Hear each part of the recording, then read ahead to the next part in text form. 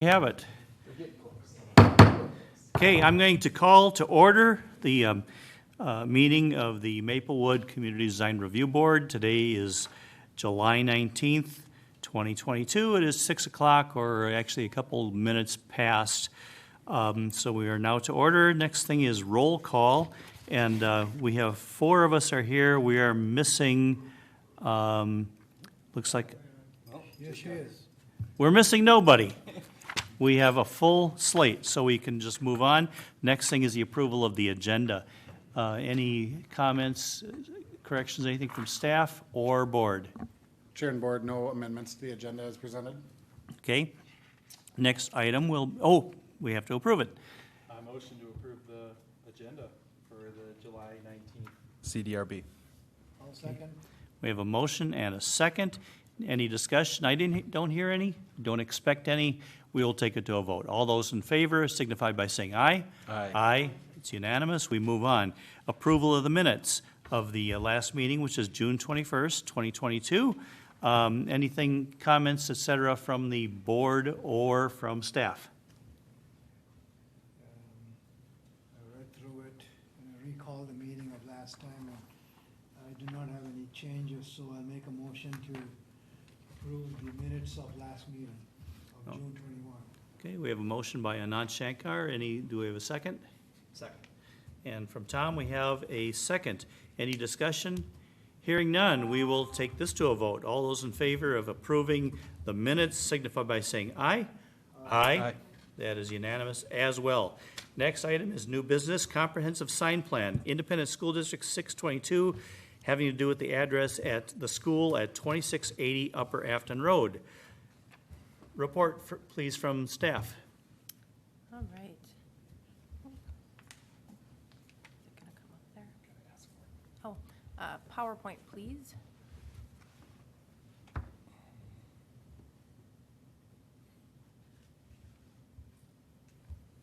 There we go. All right, good evening.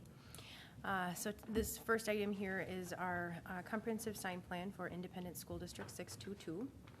They are proposing to install a monument sign with a dynamic display and one wall sign on the building.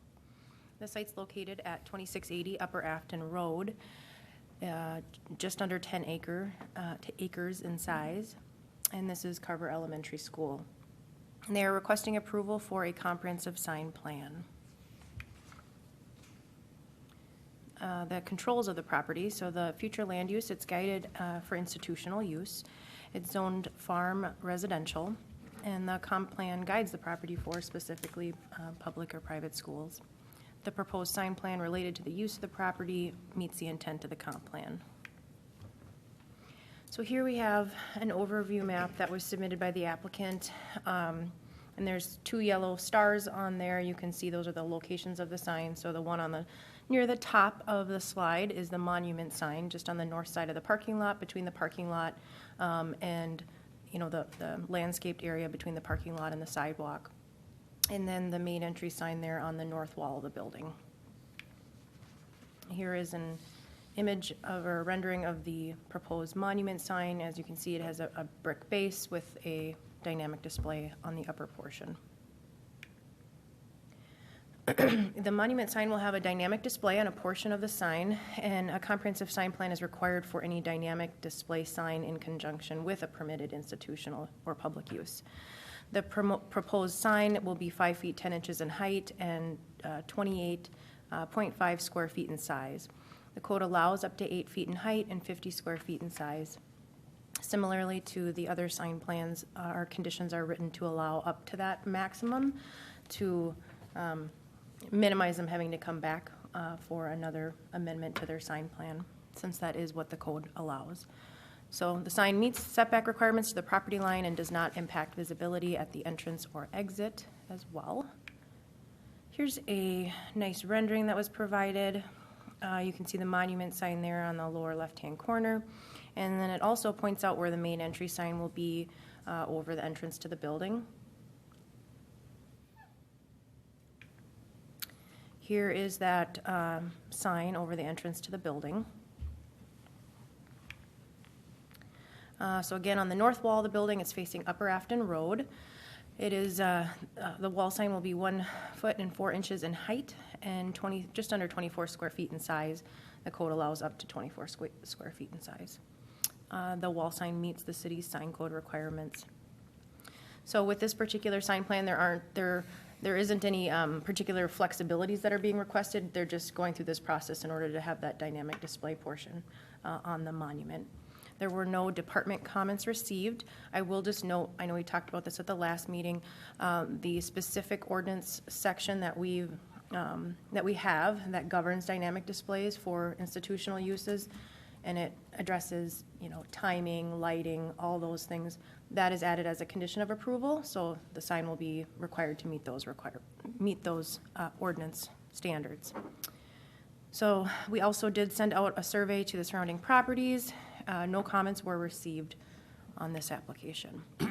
So with that, this is before you this evening, the Community Design Review Board. With the conditions that are outlined in the report, staff is recommending approval of the sign plan. Happy to answer any questions that you may have. Yes, is this essentially the same kind of application as the one we did last month at County Road B? Chair and board, yes. No You are significant correct. changes? There are no significant changes. In fact, all these signs are very similar in size and Okay. design on purpose. Yeah. And the only, like I said, the only difference here is there isn't any area of flexibility that they're requesting. So everything they're requesting meets ordinance. It's just they have to go through the process of getting this sign plan in order to have that dynamic display component. Okay, so personally, I don't really see much need for discussion, although I'm just myself. So, but, I think just in being equal, I think that we should just approve this. Any comments from the board? Is the brick that they're using in the base of the dynamic the same? Because the image that's given now is showing a lighter color brick, whereas last time it was a darker color brick, and the black sign last time was fading with the brick, whereas this time it stands out a little bit more. Oh, Oh, sure. there we I know, go. we do have a representative of Okay, the please state your application name present. for the record. I'm Chris Bubser from LHB, the architect for both projects, actually. In this case, in both cases, we matched the brick to the existing brick of the building. And so Carver had a light cream-colored brick, and so the sign base will be the same as the brick on the building. So that's the difference. John Glenn had a red brick, and so we were matching that there, and here we're matching the brick at And Carver. it's the original school Correct. building that would be towards the east. Yes, and there's still some visible around the back. Okay. So So my eyes were not deceiving. It was that's intentional. And you've got a very good memory to. So, any other comments from the board? No.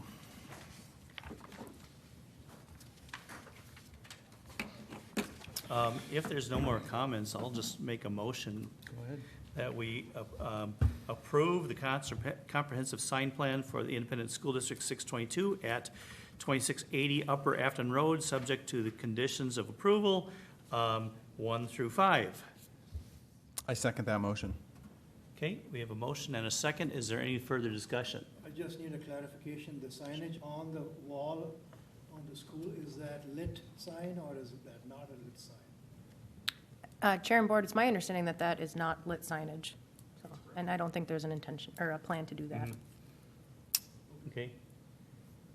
So, sounds like there's no more discussion. All those in favor of this signify by saying aye. Aye. Aye. Sounds like it's unanimous.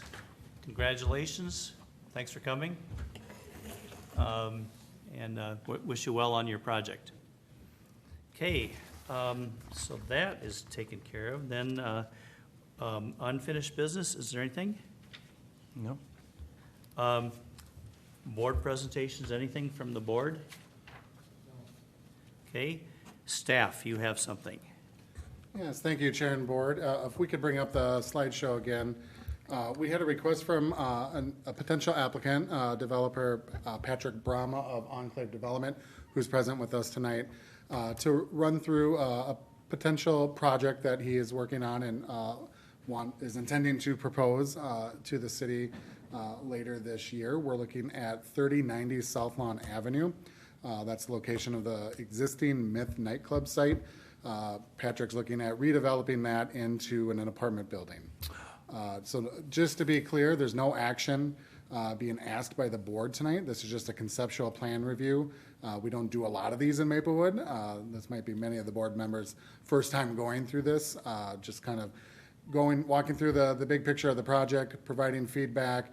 You can have a dialogue with the developer tonight. We'll be doing the same with the Planning Commission later this evening as well. And then actually next week, the applicant is intending to make a tax increment financing request, and that will be discussed with the Maplewood Economic Development Authority, which the 5 members are also happen to be the city council members. So they'll be discussing that at the EDA meeting next Monday. So kind of going through first blush of the project with all our groups to give the developer some feedback. The applicant, as you know, the north end has been highly studied in Maplewood the last several years, and last fall we adopted a north end zoning district. So the applicant's been working to design their building and site plan, their overall project, to meet these north end zoning requirements. So again, looking at it from a high level review, the parking requirements as presented would be met. You can see kind of in that courtyardish area in the center of the building would be some surface parking. And on the north side, you can see a drive that would lead to a structured parking garage on the, I believe it's partial first level, partial underground for that building. This would be a 4-story building, just to provide that as well. And then there's a couple other things that, again, would be unique to the north end and what we require in our zoning district. So we're introducing specific green space requirements. So you can see some outdoor space in the courtyard area, and then to the south, taking advantage of the location to that pond, and then other trail connections in the neighborhood. And then to the east, the north end zoning district also prohibits new building to occur in the proposed street network. I got a question, ahead. first of all.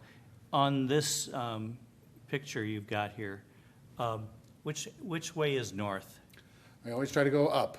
Okay. Yes. Okay, because you talked about on the north end of the building, there's an entrance to the parking garage. And that's Within the courtyard. within the courtyard, okay. Yep, yep. I thought, yeah. So to All provide right. additional We have- context, if we didn't touch on the first slide, but the street that's running east-west to the north of the site is County Road D. I To- understand. To the west is South Lawn, and then to the east is the former Toys R Us building, soon to be Becker Furniture World. Yep. So just to kind of know where we're at in the world. Mm-hmm.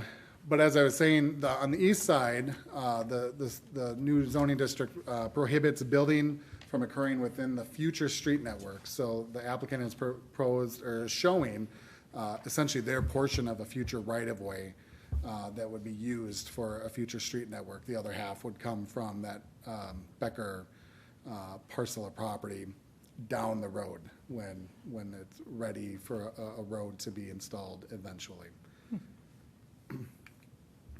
So the next several handful of slides here are renderings of the building itself. So this is looking at the northeast corner. So again, more if you're walking down County Road D and you've just passed Becker, this is the view that you would potentially see.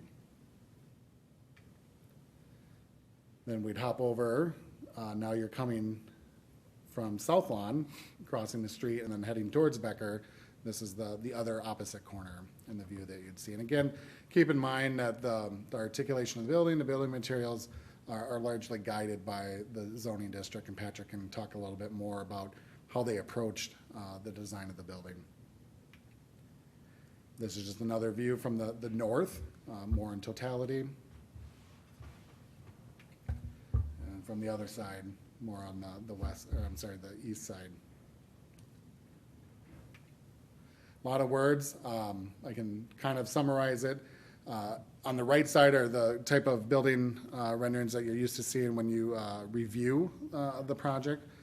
So that gives you a sense of those, what those would look like upon a future submittal. But contemporary blend, cultured stone and brick, varying horizontal bands of quality siding, vertical sections of contrasting siding materials, This is language directly from the applicant, just again describing what they would be looking.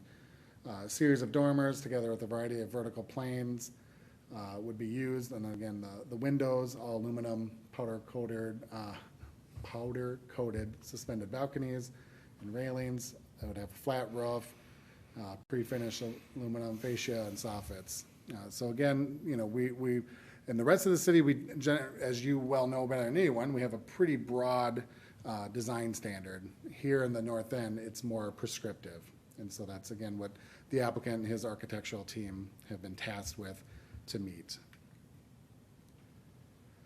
The applicant also included a series of amenities that would be included for residents. So outdoor seating, you saw that outdoor seating patio area, again, within that courtyard, fourth floor rooftop patio, large community room, wellness center, a mini mart, game room, coffee bar with a work area, lobby lounge, connections to the nearby trails, bike storage, which are bike parking requirements within the North End zoning district, and you can wash your dog and your car, perhaps in the same spot. I don't know. You can see. So a couple things as we, from a staff level, again, very high level review that we've done. One thing that stood out, and Patrick knows this, ordinance requires a maximum of a 250-foot building length. So again, the intent of the North End is that we have a more walkable, compact district as we start to build out. This, on three sides, exceeds that 250-foot maximum. Now, there's some other aspects to take into consideration, including current parcel configuration. This is currently a single site, and are we looking to maximize then what this site has from a potential standpoint? And then if so, how does that architecture play into? And I think that's what we'd look into from the board, either to give comments tonight and ultimately upon your official review down the road. And then there's a setback requirement. The setbacks, we want to push the buildings toward the street network, but those setbacks do decrease and increase based on the classification of the street. County Road D has the highest classification in this neighborhood, so it's a little tight to the north, so we need to work with the applicant to push that down. Now, with that said, and probably more so on the first bullet, the North End built in a process to provide exceptions, which is not a variance, and that's clear, that's important. Exceptions do not have to meet the same standard as a variance and can be reviewed by the CDRB, and then you're tasked with, as you weigh that request for an exception, does it uphold the integrity of the North End vision plan? And staff would help walk through that conversation. We'd all be going through this the first time. This would be potentially the first project building that would be reviewed and processed under the North End zoning district. So very quick, very high level walkthrough of the conceptual plan. So we have a site plan here. We have some of the other drawings. Perhaps you'd like to invite Patrick up to address the board, and then we can work together to answer any questions or have, more importantly, we want to have dialogue or receive feedback from the board on what you kind of had a quick look at here tonight. Okay. So are there any buildings to the north of County Road D? Best Buy, and then there's a hockey store, like a strip mall with So, The old Best Buy. like 5 different, the old Best Buy, that's like 5 different businesses, like in other words, DSW. the car zooming by on 694 at 60 miles an hour this building would not attract. They would only Because- see the top 2 stories. A couple blocks away, Well, actually. 694 is elevated there, so they would see this building. Because 694 is elevated on, Yeah, you'd be able to. you'd see this building. It would look attractive, actually, because right now you look over and you just see a bunch of parking lots. An old District Feed store. Attractive, except if they put air handling units on the roof. Yeah, you're right. We could screen those. Those could be screened. You want to come up and we can ask you questions directly? You would see this, but I'm trying to think. The roof would, as long as they're screened properly with the proper materials to match, the roof units wouldn't be a big deal. How about if you tell it, well, first of all, give me your name for the record. Sure. Good evening, Chair, members of the board. My name is Patrick Brahma. I'm with Enclave Development. Okay, and then why don't you just lead off by telling us what you think about air handlers? Not that far. In Yeah. favor or not in favor? To address that question specifically, yes, we can screen, any mechanical on the roof would be screened. Additionally, a flat roof, which we're proposing here, is gonna have a parapet wall that's gonna range from 2 to 4 feet, depending on the areas naturally, so you're gonna have some natural screening to begin with. And then lastly, the angle of the building, so if you're on the ground looking up at the building, that's gonna create a natural visual barrier. But we support the city's desire, if that is the desire, to screen that. Frankly, it's something we do regardless, but we have the same position. We want our HVAC system screened. My first impression of looking at the site plan was, boy, there's lots going on in the courtyard. There's a whole bunch of parking. Do you have any concerns that with all that vehicular movement in the courtyard, I assume you're gonna have windows looking into the courtyard, that the residents may not take that too kindly, and perhaps you could have located some parking outside and made a bigger green space in the courtyard? Chair, if I may. I can respond to that. Great question, good point, and I see where you're coming from. The difficult balance that we have as a developer is, A, on one hand, meeting city minimum requirements for parking, B, meeting the minimum required parking just for residents, and then C, fitting it all into one site and being able to make it economically work. What you're seeing here is the net result of that tightrope that we walk and try to make everything work. So I acknowledge that, yes, I mean, it'd be ideal if that whole inner area was mostly courtyard. We actually started, when our initial pitch with working on the site, we actually had all parking, it was an entire surface parking lot. We felt the same concern that you had. We ended up pushing more parking down below ground. So if you actually look at the floor plans of this building, there's an entire below ground level of parking. On top of that, there's almost an entire half level of parking on the first floor. The more parking you make structured to get it out of the courtyard, the more expensive the building gets. And we are running into a cross path where we can't absorb any more costs into this building and still make it financially work. Yes, it's always possible, but we're at a point now where we've moved the most amount of parking we can into the building while still being able to make the project work. And then on top of that, the only other comment I would make, final comment is, everybody has different perspectives on this. I'm not preaching to anybody, but when you get into this type of building, which is considered a semi-urban type development, walkable type community, it's not uncommon for renters to have an expectation that they're going to be near some action, they're going to be near some parking. I've lived in these types of buildings, and it's part of the lifestyle. That's why we really do our best to have a lot of great amenities, including a rooftop patio, among several other things. So first, how wide are your parking spots? I'm sorry. How wide are your parking spaces, the surface lot? I'd have to verify for you. I want to say they're 9 by 18. We would have at least gone by the They have to city be minimum. bigger. What's that? They have to be bigger. We require 10 feet.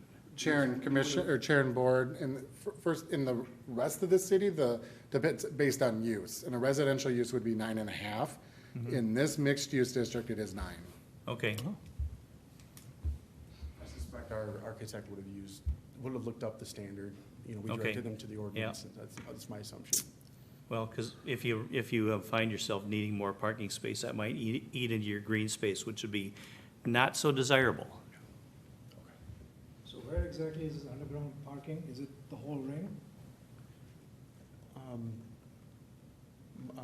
Mr. Martin, is it possible to pull up the Yeah, floor plan? chair and board, give me a minute, I can pull up the specific floor plans. So maybe if there's another question that So as you, can entertain, then I'll pull that up. as you Sorry. look at, and I'll ask the applicant, so as you guys look at development of this, there's really no, like, you talk about the ground floor potential amenities. There's no, like, independent space, like, for, like, a coffee shop or for, everything's internal for just the building residents for your amenities. Is that correct? And the reason I ask that is I'm just, as you look at where this site sits and you don't got to go about a block and a half to the west and you get into like the Legacy Village where there's a lot of apartments and You know, and if we're talking about making a walkable community, what are people walking to? Is there something in this that becomes walkable? There's not a lot of walkable stuff over in that area. Everything's drivable. How far is it from the Maplewood Transit Center though, on South Lawn Drive? I mean, it's clear across the mall. They can walk into the mall faster than they can walk to that. It's about a third of a mile to the transit center as the crow flies, but it's, not this is what we're working towards, right? To make Yep. that walk Yeah. easier and more likely to How many occur. units are you proposing for the building? 237, And this is market rate. correct. That's good. I can provide color if you desire. It doesn't directly answer your question. Remember, Yeah. Is it Lammers? Is that- Lamers, yes. Lamers, Lamers. If you like, there is some design intent with the building. It doesn't totally address what you're saying, but may be of interest for you, if you want me to respond. Yeah, go ahead. So all the amenities, as we go through the floor plans on this building, are like 90% of the amenities are on the first floor up against County Road D intentionally to provide some pedestrian level life. So when you see a workout room, we have a coffee shop inside, we have work from home units, we have a lobby, game room, community room, everything's gonna be lined up against County Road D. That way, as people are walking down the road, they can see some action, they feel like they're kind of, both they're crossing, pedestrian level. And then the design intent that we followed, which is part of the guidance in the city's ordinance, or the ordinance that you have, is that the first level of the building has a different design, more lights, more pedestrian feel, more windows. We have an entrance to the building, which we normally wouldn't do in this scenario, but out on the county road side there. So you can actually walk into the building from the county road there. So if anybody in our building wanted to go north, they could. I know it's not a total response. It doesn't address everything you're asking, Yeah. but we are making the best attempt possible we can to have a pedestrian feel and be connected to the community as best as we can. I mean, if people were gonna access this site, it would be from the west. They probably, because once you go on that northeast corner, there's a furniture store, and then there's a fitness, a LA Fitness or a fitness. There's not a lot that people are gonna walk to on that north side. If people are gonna access the site, they would be crossing from the west across South Lawn and then potentially utilizing that side. It's not a lot of design, I mean, those are busy roads up there. Is this for families? It's 100% market rate, so. 2, it- 3-bedroom units, we- 1 yep, bedroom, Go studio up to 3, we have a mix. studio up to 3. Yep. So where will the children play? There's a 50-foot greenway on the south side of the site that's not shown here on the site plan, you can see it. So we're intending to have a path along this greenway here. We also have the outdoor first floor courtyard on the north side there. On the northwest corner of the building, on the 4th floor, there's a rooftop patio that spills into a community room. The first floor has about 7,000 square feet of community room space, lobby, workout area, coffee shop. So it's a full amenity apartment building. So those would be the various places that they would. But if the kids want to go to a park or go to a ball field, how close are those amenities? I don't have the map in front of me, but this site, this area, I personally believe, and is one of the reasons why we're here, is a well-planned, well-developed area with a lot of amenities that I believe they might be long walks, depending on your perspective, or a short drive, but there's, I believe, plenty of amenities within a short drive or a long walk from the site. There's trail connections to the west, community center across the road to the northeast, the YMCA. I'm gonna stop there because I think there's another amenity just to the southwest, but I don't wanna name it I don't wrong think the on camera here. YMCA is really walkable, though. No, but, But- so, right, not walkable, but, what is that, a few-minute drive? But there is a play area if you go down south to the bicycle path and head west for about 2 blocks, there's a play area there. Yeah. Is that by the apartments, Yep. kind of furniture? Is that Yeah. technically part of theirs, or So- is it just public?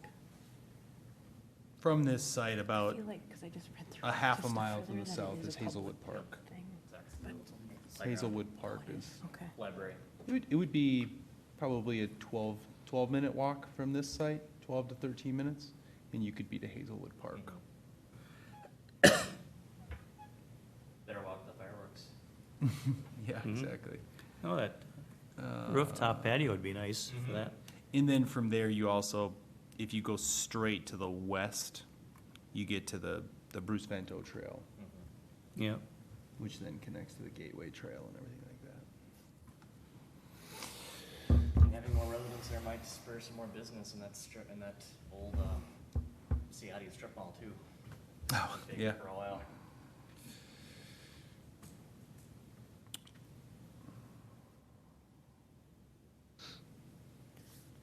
Chair I and mean- board, just to add, oh, Are you, I what was what just is the gonna- type of resolution you're asking for tonight? None. None, just Yeah. feedback. No action. There's been no applications on the land use side that have been made. So again, this is just for really the developers courtesy to provide you a chance to comment, but, you know, at the end of the day, they're gonna take this feedback and try to fine tune the project. It is a permitted use, I would say, from the vision plan and the work that we've been doing. These are the type of projects that Yeah. we've been working towards. You know, it's probably not exactly what the vision plan laid out, but it's what the first shot here is. I mean, broadly speaking, and you look at like other areas that are seeing larger apartments like this get built in, you go downtown North St. Paul, and they've had some nice larger apartment buildings similar to this built in. They did do the street level right, where when you walk along them, it's a pleasant walk to walk along those buildings, and they're infilling it in, you know, 100-year-old architecture. I do think this would make that corner substantially better than what it is today as a parking lot and you know, with the current land use or building use that's there. Architecturally, I think it looks great. Would be a complement to the rest of the architecture over in that area. I would probably vote yay on this project if it was being submitted to us. We got 4 other commission members. I looked at the elevation, I think it's a good start for that area. in materials came, building elevations, 2 materials. Yeah, I'm wondering for a building of this size, would there be a need to introduce a 3rd material? I'm seeing the gray and the black. Are you talking like at grade level, where it's all that same Yeah. masonry color, Mhm. or predominantly? I can respond to that. My first comment is, and one thing I always struggle with is these types of elevations where it's just the front elevation. I don't think it's true to real colors or articulation. I like looking at the 3Ds. This is my own personal comment, because I just don't think it serves justice with color, just the way my brain works. But to your question, right now we have 2 different types of stone, a darker stone and a lighter stone. We have a different type of, like a metal finish, I believe is the darker color, and then a 4th material, and I don't know if it's I'd have to double check, but it's labeled on the elevations, I think, but I'm assuming some sort of either hardy board or Nichiha board or some sort of resilient panel material. We actually echo your comments. We put together this rendering, and the final comments we had as an internal team is that we want to add a little bit, slightly more pop to the building. Not so it's over the top and super gaudy, but you know, maybe introduce another color or emphasize a different spot in the area or highlight a different area a little bit more. So we could introduce additional metal, maybe a different color, as you mentioned, maybe more glass. To your point, I think we need to work on the first floor a little bit more, make that pedestrian change a little bit clearer. We did attempt to make that change, but you know, as always, we're in a hurry trying to get stuff submitted. So that's great feedback, and that's what we're here for. And I'm the one that's guilty of pushing for this meeting. We think it's best practice before we come in and do a full-blown meeting. We're here for like, hey, we need your approval, and now we're all kind of in this odd position. We'd rather give you a chance to give us feedback ahead of time. That way, when we come forward with a real submission, hopefully we're close to a line. So thank you for taking the time to give us some feedback. When you do come to us with a proposal, just keep in mind, we like to see samples of the materials, We can do that. especially for something as big as this, and as prominent.